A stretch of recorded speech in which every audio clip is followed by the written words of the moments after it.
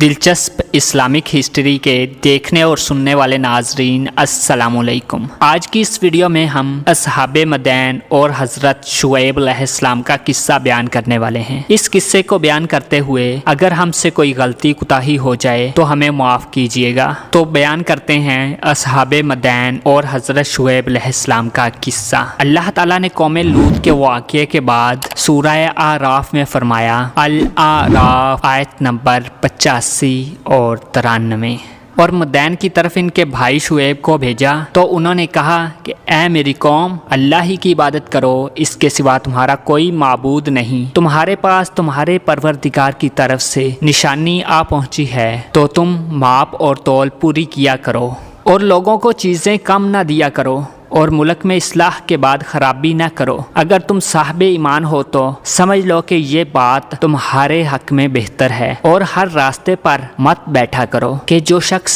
خدا پر ایمان لاتا ہے اسے تم ڈراتے ہو اور راہ خدا سے روکتے ہو اور اس میں کجی ڈھونڈتے ہو۔ اور اس وقت کو یاد کرو جب تم تھوڑے تھے تو خدا نے تم کو جماعت کثیر کر دیا، اور دیکھ لو کہ خرابی کرنے والوں کا انجام کیسے ہوا۔ اور اگر تم میں سے ایک جماعت میری رسالت پر ایمان لے آئی ہے اور ایک جماعت ایمان نہیں لائی تو صبر کیے رہو یہاں تک کہ اللہ تعالی ہمارے اور تمہارے درمیان فیصلہ نہ کر دے، اور وہ سب سے بہتر فیصلہ کرنے والا ہے۔ تو ان لوگوں کی قوم میں جو لوگ سردار اور بڑے آدمی تھے وہ کہنے لگے کہ اے شعیب، یا تو ہم تم کو اور جو لوگ تمہارے ساتھ ایمان لائے ان کو اپنے شہر سے نکال دیں گے، یا تم ہمارے مذہب میں آ جاؤ۔ انہوں نے کہا کہ خواہ ہم تمہارے دین سے بیزار ہی ہوں تو بھی اگر ہم اس کے بعد کہ خدا ہمیں اس سے نجات بخش چکا ہے تمہارے مذہب میں لوٹ جائیں تو بے شک ہم نے خدا پر جھوٹ باندھا،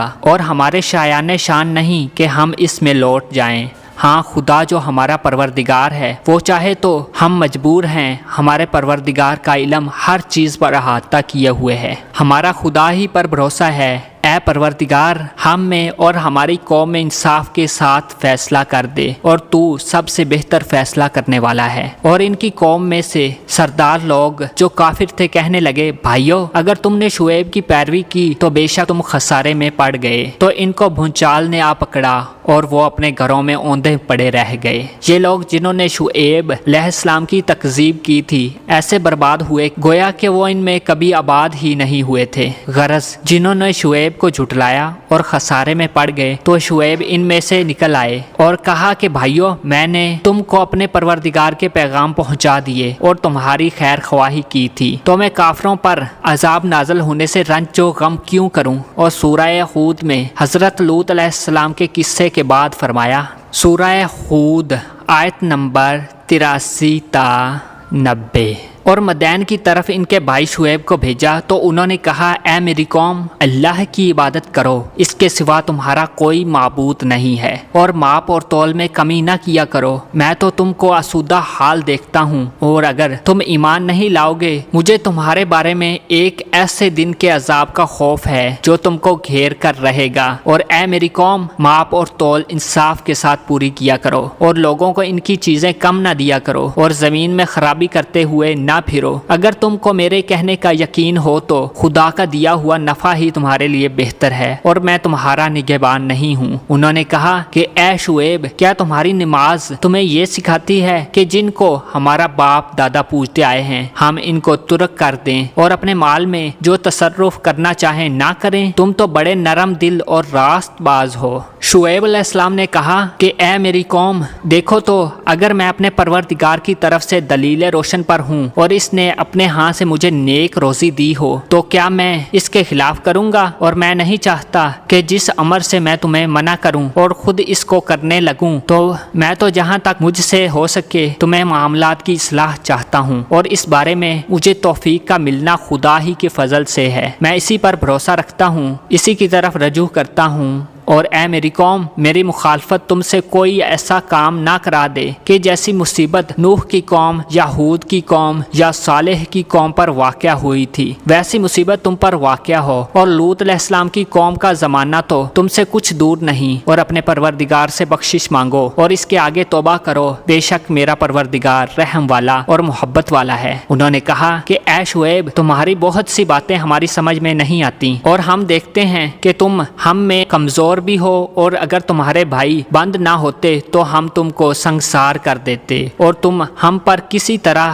غالب نہیں ہو۔ حضرت شعیب علیہ السلام نے فرمایا کہ اے میری قوم کیا میرے بھائی بندوں کا دباؤ تم پر خدا سے زیادہ ہے، اور اس کو تم نے پیٹھ پیچھے ڈال رکھا ہے؟ میرا رب تو تمہارے سب اعمال پر احاطہ کیے ہوئے ہے، اور اے میری قوم تم اپنی جگہ کام کیے جاؤ، میں اپنی جگہ کام کیے جاتا ہوں۔ تم کو بہت جلد معلوم ہو جائے گا کہ رسوا کرنے والا عذاب کس پر آتا ہے اور جھوٹا کون ہے، اور تم بھی انتظار کرو، میں بھی تمہارے ساتھ انتظار کرتا ہوں۔ اور جب میرا حکم آ پہنچا تو ہم نے شعیب علیہ السلام کو اور جو لوگ ان کے ساتھ ایمان لائے ہوئے تھے ان کو تو اپنی رحمت سے بچا لیا، اور جو ظالم تھے ان کو چنگاڑ نے آ دبوچا تو وہ اپنے گھروں میں اوندے پڑے رہ گئے، گویا ان میں کبھی بسے ہی نہ تھے۔ سن رکھو مدین پر ویسی ہی پھٹکار ہے جیسی سمود پر تھی۔ اور سورہ ہجر میں بھی اللہ تعالیٰ نے قصہ لوط کے بعد فرمایا، سورہ الحجر آیت نمبر 78 تا 79۔ ترجمہ: اور بن کے رہنے والے یعنی قوم شعیب کے لوگ بے گناہ گار تھے تو ہم نے ان سے بھی بدلہ لیا، اور یہ دونوں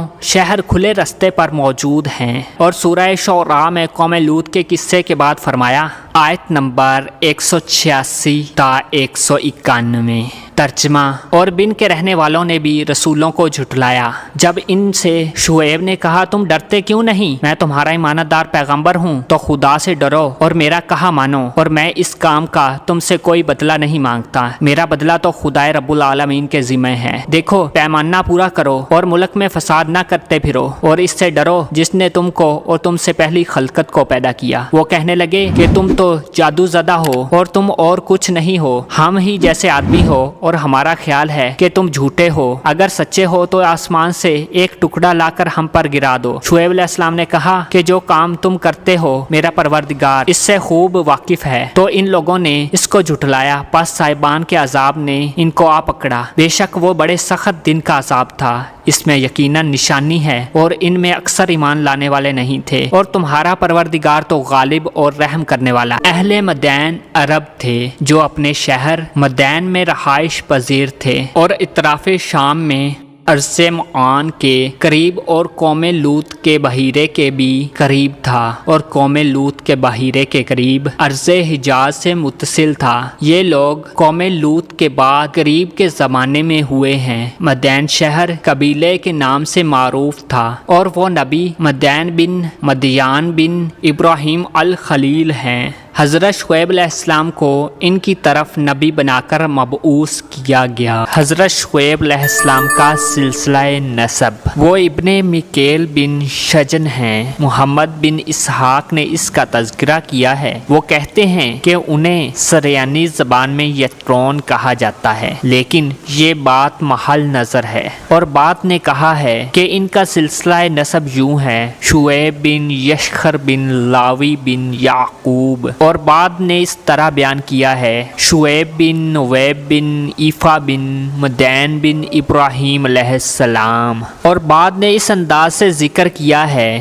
شعیب بن سفور بن ایفا بن ثابت بن مدین بن ابراہیم علیہ السلام۔ ان کے نسب نامے کے بارے میں بھی کئی اقوال ہیں۔ ابن عساکر کہتے ہیں کہ کہا گیا ہے کہ ان کی دادی یا حقیقی ماں لوط علیہ السلام کی بیٹی تھی، اور شعیب علیہ السلام ان لوگوں میں شامل تھے جو حضرت ابراہیم علیہ السلام پر ایمان لائے اور ان کے ساتھ ہجرت کی اور ان کے ساتھ دمشق میں داخل ہوئے۔ وہب بن منبع نے کہا کہ شعیب اور ملغم ان لوگوں میں سے ہیں جو ابراہیم علیہ السلام پر اس دن ایمان لائے جس دن ان کو آگ میں ڈال دیا گیا تھا۔ یہ دونوں ابراہیم علیہ السلام کے ساتھ ہجرت کر کے شام گئے، اور لوط علیہ السلام کی بیٹیوں کے ساتھ ابراہیم علیہ السلام نے ان دونوں دونوں کی شادی کر دی۔ یہ بات ابن قتیبہ نے ذکر کی ہے اور اس پر جرح کی گئی ہے، واللہ عالم۔ علامہ ابن عبد البر نے الاستیعاب میں سلمہ بن سعد العنزی کے حالات میں بیان کیا ہے کہ وہ رسول اللہ صلی اللہ علیہ وآلہ وسلم کے پاس آیا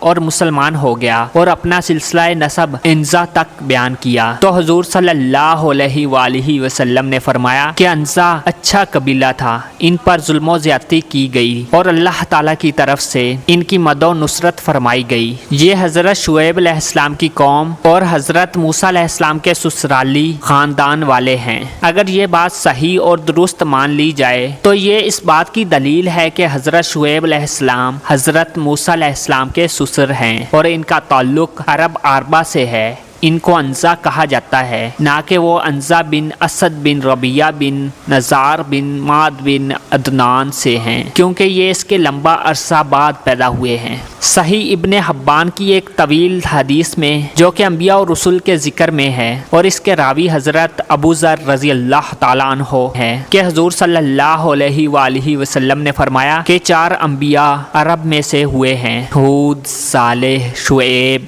اے ابو ذر رضی اللہ تعالیٰ عنہ اور تیرا نبی اللہ کی توحید کی طرف اپنی قوم کو بلاتے تھے۔ اور حضرت ابن عباس رضی اللہ تعالیٰ عنہ سے مروی ہے کہ رسول اللہ صلی اللہ علیہ وآلہ وسلم نے ارشاد فرمایا کہ شعیب علیہ السلام خطیب الانبیاء تھے، مدین کے رہنے والے کافر تھے، راہ گیروں مسافروں کو لوٹتے تھے اور ان کو خوف زدہ کرتے تھے، اور یہ لوگ ایک درخت ایکا کی پرستش کرتے تھے اور اس درخت کے آس پاس ایک جنگل تھا۔ وہ آپس کے معاملات میں بہت برے تھے اور ماپ تول میں کمی کرتے تھے، ڈنڈی مارتے تھے، وہ لیتے زیادہ اور دیتے کم تھے۔ تو اللہ تعالیٰ نے ان میں ایک آدمی کو رسول بنا کر بھیجا، وہ شعیب علیہ السلام تھے۔ انہوں نے ان کو اللہ واحد لا شریک کی طرف بلایا اور کہا کہ ایک اللہ ہی کی عبادت کرو، اور برے کاموں کے کرنے سے روکا، اور بہت تھوڑے لوگ ایمان لے آئے اور اکثر نے انکار کیا، تو اللہ تعالیٰ نے ان پر سخت عذاب بھیجا۔ اور اللہ تعالیٰ دوست اور بزرگی والے ہیں، جیسے اللہ تعالیٰ نے فرمایا ہے، اور مدین کی طرف ان کے بھائی شعیب کو بھیجا۔ اس نے کہا کہ اے میری قوم، ایک اللہ تعالیٰ کی عبادت کرو، اس کے سوا کوئی معبود نہیں۔ تمہارے پاس تمہارے رب کی طرف سے کھلی دلیل اور نشانی آ چکی، یعنی واضح دلیل و حجت اور میری لائی ہوئی ہدایت کی سچائی پر برہان قاطع تمہارے پاس آ چکی ہے، اور اس سے مراد وہ معجزات ہیں جو ان سے ظاہر ہوئے۔ اگرچہ ان کی تفصیل ہمارے پاس نہیں پہنچی، لیکن مجموعی طور پر یہ الفاظ ان پر دلالت کرتے ہیں۔ بس ماپ اور تول پورا کرو اور لوگوں کو ان کی چیزیں کم نہ دو، اور ملک میں اصلاح کے بعد فساد نہ کرتے پھرو۔ اس آیت میں اللہ تعالیٰ نے اس کو عدل و انصاف کا حکم دیا ہے اور ظلم و زیادتی سے منع کیا ہے، اور اس کی خلاف ورزی پر ان کو وعید سنائی ہے۔ چنانچہ فرمایا کہ اگر تم ایماندار ہو تو یہ تمہارے لیے بہتر ہے، اور فرمایا کہ تم ہر راستے پر لوگوں کو ڈرانے دھمکانے کے لیے نہ بیٹھو، یعنی ڈرا دھمکا کر لوگوں سے ٹیکس وصول نہ کرو اور راہ گیر کو خوف زدہ نہ کرو۔ سدی رحمت اللہ علیہ نے اپنی تفسیر میں صحابہ کرام رضی اللہ تعالیٰ عنہ سے نقل کیا ہے کہ وہ راہگیروں سے 10واں حصہ ٹیکس وصول کرتے تھے۔ حضرت ابن عباس رضی اللہ تعالیٰ عنہ فرماتے ہیں کہ لوگوں پر ظلم و زیادتی کرتے تھے، راستوں پر بیٹھ جاتے اور راہگیروں سے 10واں حصہ ٹیکس وصول کرتے تھے، اور انہی سے ٹیکس کی وصولی کی ابتدا ہوئی۔ اور اللہ تعالیٰ کا فرمان کہ تم ایمان والوں کو اللہ کے راستے سے روکتے ہو اور اس میں ٹیڑھ تلاش کرتے ہو۔ اللہ تعالیٰ نے دنیاوی حصی راستہ اور دینی مانوی راستے روکنے سے منع کیا ہے۔ اللہ تعالیٰ نے فرمایا، سورہ الاعراف آیت نمبر 86، ترجمہ: اور اس وقت کو یاد کرو جب تم تھوڑے تھے تو اس نے تم کو زیادہ کر دیا، پس دیکھو زمین میں فساد پھیلانے والوں کا انجام کیسے ہوا۔ اس آیت میں اللہ تعالیٰ نے ان کو اپنی نعمت یاد دلائی ہے کہ تم تھوڑے تھے، میں نے تم کو زیادہ کر دیا، کثرت سے بدل دیا، تمہاری افرادی قوت بڑھا دی، اور ان کو ڈرایا کہ اگر وہ اللہ تعالیٰ کی ہدایت کی خلاف ورزی کریں گے تو اللہ کا عذاب تم پر نازل ہو کر رہے گا۔ اور دوسرے مقام پر اللہ نے ارشاد فرمایا کہ شعیب علیہ السلام نے قوم سے کہا کہ ماپ اور تول میں کمی نہ کرو، میں تمہیں ٹھیک ٹھاک دیکھ رہا ہوں، اور میں یقیناً تم پر گھیرنے والے دن کے عذاب سے ڈرتا ہوں، یعنی جو کام تم پہلے سے کر رہے ہو ان کو اب چھوڑ دو اور ان پر ہمیشگی نہ کرو، ورنہ تمہارے مال کی برکت اللہ تعالیٰ ختم کر دے گا اور تمہیں کنگال حلال کر کے چھوڑے گا اور تمہیں محتاج بنا دے گا اور اس کے ساتھ آخرت کا عذاب بھی ہوگا۔ تو جس کے لیے دنیا و آخرت کا عذاب دونوں جمع کر دیے گئے ہوں وہ خسارے میں ہو گیا۔ اللہ تعالیٰ نے پہلے تو لوگوں کے مال میں کمی کرنے سے روکا جو ان کے لائق نہیں، اور اس کے ساتھ خبردار کر دیا کہ تم سے دنیا میں اللہ کی نعمت چھن جائے گی اور آخرت میں دردناک عذاب ہوگا، اور ان کو زجر و سخت تنبیہ کی، پھر ان کو اچھے کام کرنے کا حکم دیا جیسے کہ شعیب علیہ السلام نے ان سے کہا۔ سورہ ہود آیت نمبر 85 اور 86۔ ترجمہ: اے میری قوم، ماپ اور تول پورا کیا کرو اور لوگوں سے ان کی چیزیں کم نہ کرو اور زمین میں فساد پھیلاتے ہوئے نہ پھرو۔ اللہ کا دیا ہوا نفع تمہارے لیے بہتر ہے اگر تم ایماندار ہو، اور میں تم پر کوئی نگہبان و محافظ نہیں ہوں۔ بقیہ اللہ خیر لکم کی تفسیر میں حضرت ابن عباس رضی اللہ تعالیٰ عنہ اور حسن بصری فرماتے ہیں کہ لوگوں کے اموال چھیننے کی بجائے اللہ کا رزق تمہارے لیے بہتر ہے، اور ابن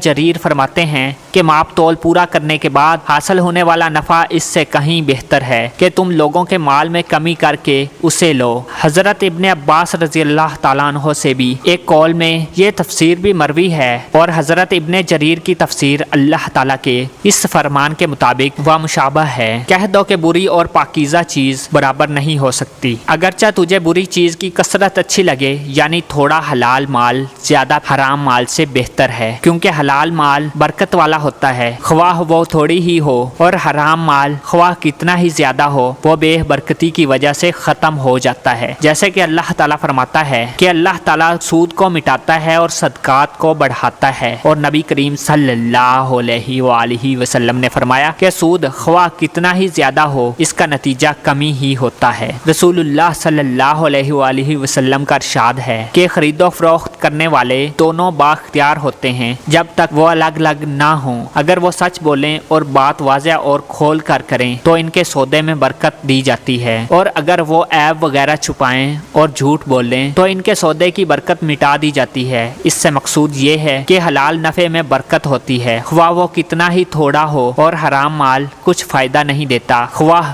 وہ بہت سی مقدار میں ہی کیوں نہ ہو۔ اسی لیے اللہ کے نبی شعیب علیہ السلام نے فرمایا کہ اللہ کی باقی ماندہ چیزیں تمہارے لیے بہتر ہیں اگر تم ایماندار ہو، اور ساتھ ہی شعیب علیہ السلام نے فرمایا کہ میں تم پر نگران نہیں ہوں۔ اس کا مقصد یہ ہے کہ میں تمہیں جن چیزوں کا حکم دے رہا ہوں وہ اللہ کی رضامندی اور ثواب حاصل کرنے کے لیے سر انجام دو، اور اس لیے نہ کرو کہ میں تمہیں دیکھ رہا ہوں یا کوئی اور تمہیں دیکھ رہا ہے۔ قوم کے لوگوں نے کہا، اے شعیب، کیا تیری نماز تجھے یہی حکم دیتی ہے کہ ہم ان بتوں کو چھوڑ دیں جن کی پوجا ہمارے باپ دادا کرتے چلے آ رہے ہیں، یا ہم اپنے مالوں میں اپنی مرضی کرنا چھوڑ دیں؟ یقیناً تو برتبار درست آدمی ہے۔ اور یہ الفاظ ان کی قوم کے لوگوں نے بطور مذاق و استہزاء اور حقارت سے کہے تھے، اور اس مذکورہ کلام سے مقصد ان کا یہ ہے کہ کیا تیری نماز تجھے یہ حکم کر رہی ہے کہ تو ہم پر پابندی لگائے کہ ہم صرف تیرے معبود کی عبادت کریں اور ان بتوں کو ہم چھوڑ دیں جن کی پوجا ہمارے پہلے باپ دادا کرتے آئے ہیں،